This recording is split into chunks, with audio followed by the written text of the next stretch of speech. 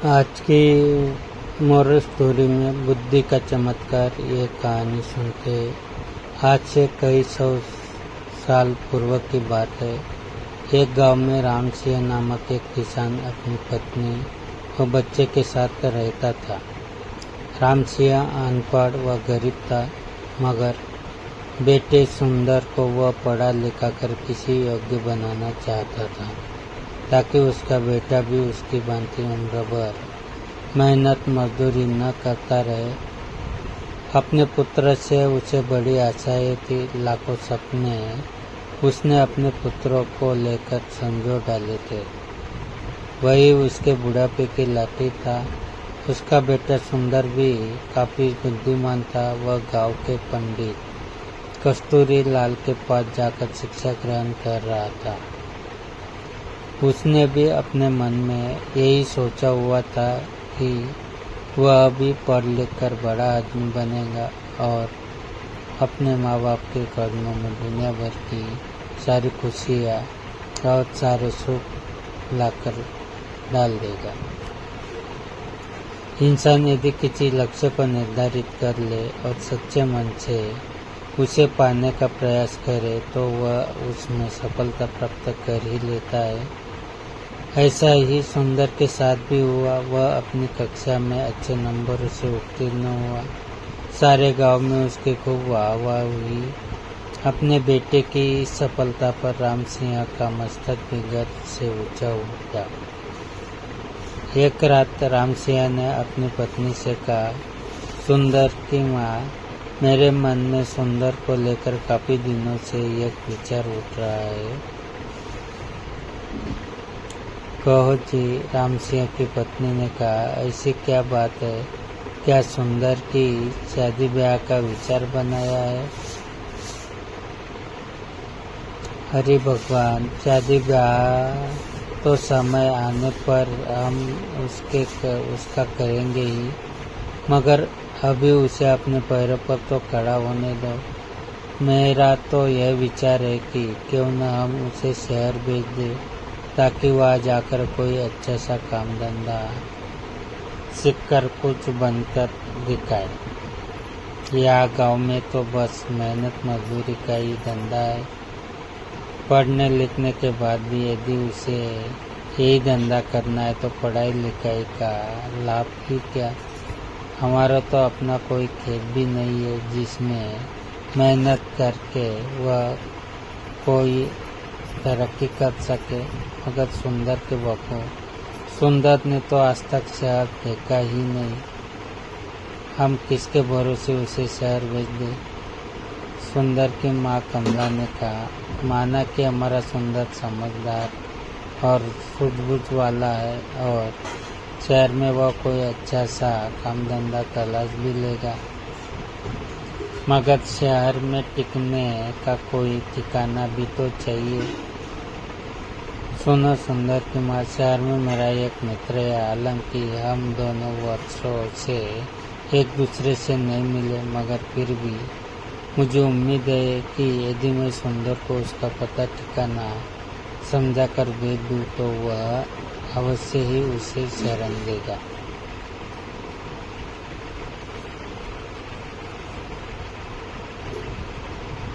और रोजी रोजगार ढूंढने में वह सुंदर की सहायता भी करेगा।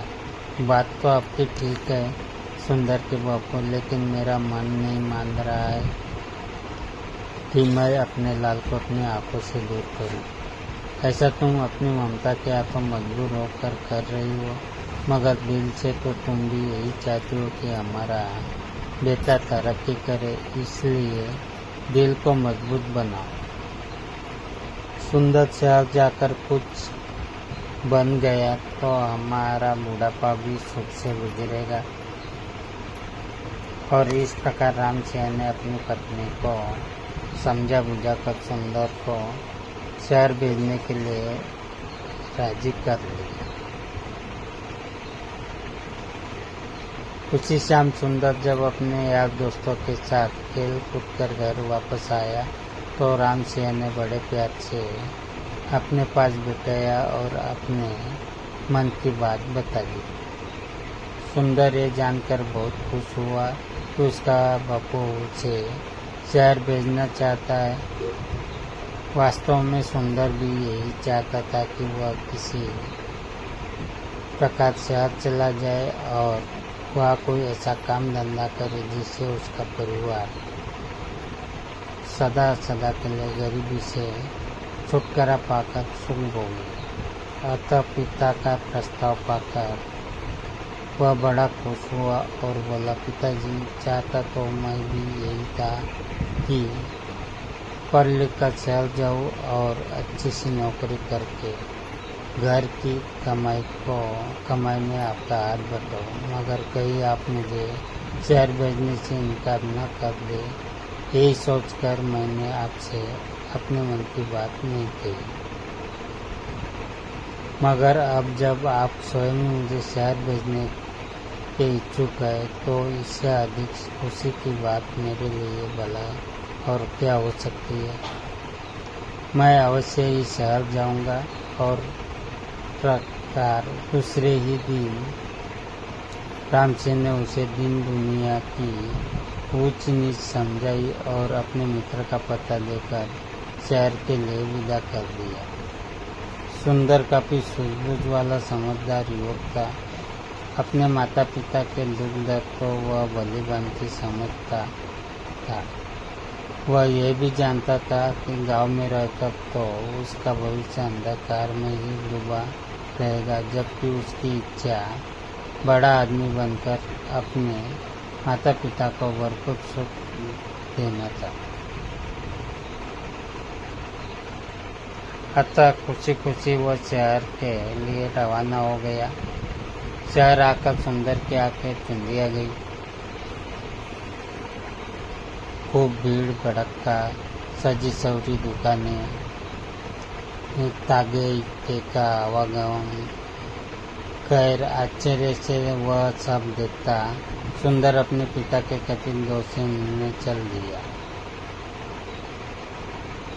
लेकिन जब वह बताए स्थान पर पहुंचा तो पता चला कि उसके पिता के दोस्त रामचंद्र तो न जाने कब का मर कब गया और अब तो उसके परिवार का भी कोई अता पता नहीं था। ये जानकर सुंदर बहुत निराश हुआ और सोचने लगा कि अब क्या होगा। आशा निराशा तो जीवन में चलती ही रहती है, लेकिन सुंदर उन युवकों में से नहीं था जो उसे हताश होकर बैठ जाते हैं। उसमें हिम्मत और आत्मविश्वास फूट कर भरा था। उसने अपने आप को दिलासा दिया और बोला, बेटे सुंदर, निराश होने से कुछ नहीं होगा। अब शहर आ ही गए हैं तो कुछ करके ही लौटेंगे।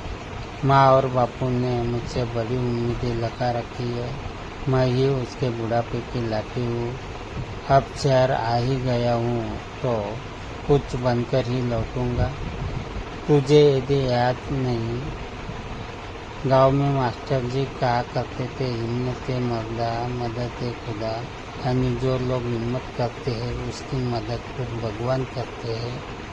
अपने आप को इसी प्रकार हौसला बंधाता हुआ सुंदर पूछता पूछता एक सराय में आकर ठहर गया।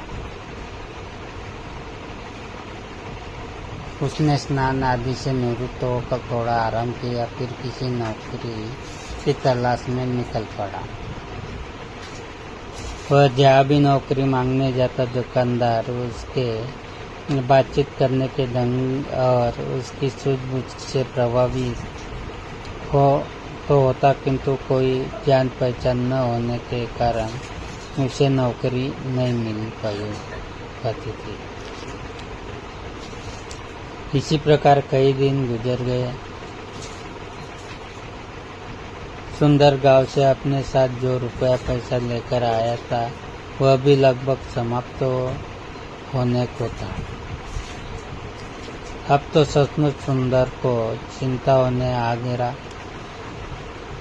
वो सोचने लगा कि काश शहर में उसकी कोई जानकारी होती तो अवश्य ही उसे कोई नौकरी मिल जाती। एक दिन की बात है, सुंदर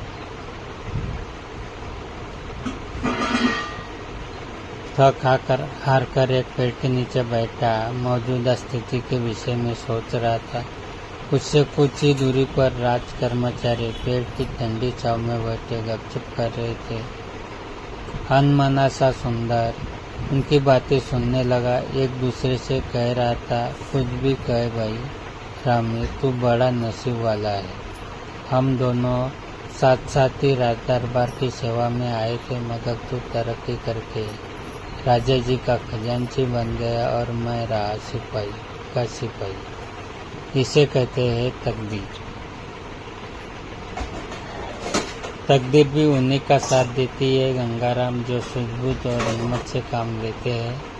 मैंने अपनी सूझबूझ से कुछ ऐसे काम किए कि महाराज का विश्वास पात्र बन गया और उन्होंने मेरी ईमानदारी देखकर मुझे खजांची बना दिया।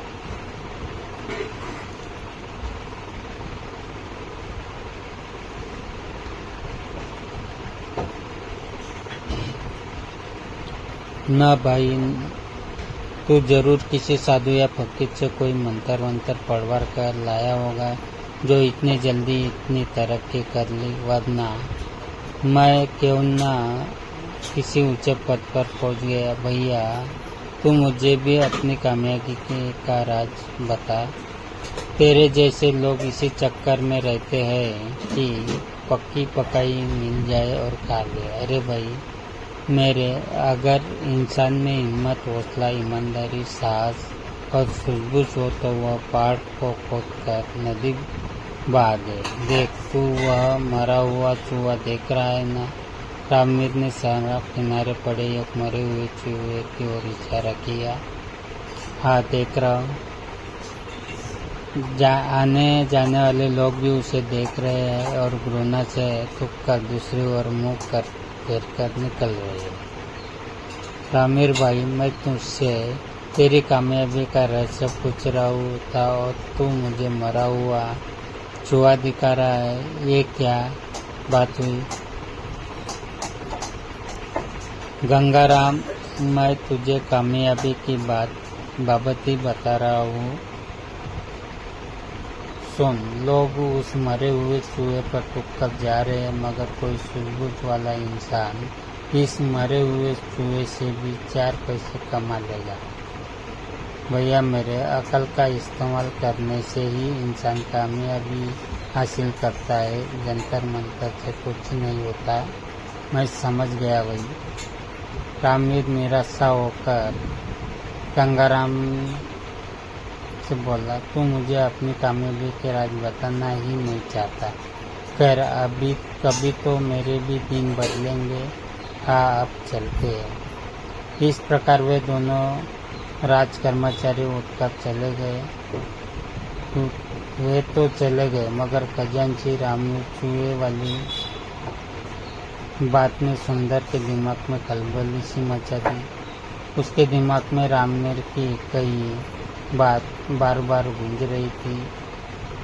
लोग उस मरे हुए चूहे पर भी फुक कर जा रहे हैं, मगर कोई सूझबूझ वाला इंसान इस मरे हुए चूहे से भी 4 पैसे कमा लेगा। 4 पैसा कमा लेगा, 4 पैसा कमा लेगा। सुंदर सोचने लगा, खजांची की बात में दम है। जिस देश में मिट्टी भी बिकती हो वहाँ कोई चीज़ बेचना मुश्किल नहीं, मगर इस मरे हुए चूहे को खरीदेगा कौन? कैसे कमाएगा कोई इसे 4 पैसे? चूहे को घूरते हुए सुंदर यही सोच रहा था, लेकिन उसकी समझ में नहीं आ रहा था। तभी सड़क पर उसे एक टांगा आता दिखाई दिया। टांगे में एक सेठ बैठा था, जिसने एक बिल्ली को अपनी गोद में दबोचा हुआ था। बिल्ली बार बार उसकी पकड़ से छूटने की कोशिश कर रही थी। अभी घोड़ा गाड़ी सुंदर के आगे से गुजरी थी कि बिल्ली सेठ की गोद से कूदी और सड़क किनारे की झाड़ियों में जा घुसी। अरे टांगे वाले, टांगा रोको, मेरी बिल्ली कूद गई, सेठ चिल्लाया। टांगा रुका और सेठ उतर कर तेजी से झाड़ियों की तरफ लपका। अरे भाई टांगे वाले, देखो मेरी बिल्ली उन झाड़ियों में जा घुसी है, उसे पकड़ने में मेरी मदद करो। सेठ झाड़ियों के पास आकर बिल्ली को बुलाने लगा। खुशी आओ। इसी बीच टांगे वाला और सुंदर से कुछ अन्य लोग भी वहाँ जमा हो गए थे। अरे भाई, मैं किसी खास प्रयोजन से इस बिल्ली को खरीद लाया हूँ, कोई इसे बाहर निकालने में सहायता करो। सेठ ने बेताब होकर एकत्रित हो गए लोगों से गुहार कर रहा था, जबकि झाड़ियों में घुसी बिल्ली पंजे झाड़ कर घुरा रही थी। देख नहीं रही वो सेठ जी की बिल्ली किस प्रकार घुरा रही है, एक व्यक्ति बोला। हाथ आगे बढ़ती झपट पड़ेगी। ये सब देखकर सुंदर के मस्तिष्क में राजा के खजांची की बात की गूंज गई। कोई सूझबूझ वाला इंसान इस मरे हुए चूहे से भी 4 पैसे कमा लेगा। सुंदर के मस्तिष्क में धमाका सा हुआ और तुरंत उसके मस्तिष्क में एक युक्ति आ गई। वह सेठ से बोला, सेठ जी, अगर मैं आपकी बिल्ली को काबू करके दूं तो आप मुझे क्या देंगे?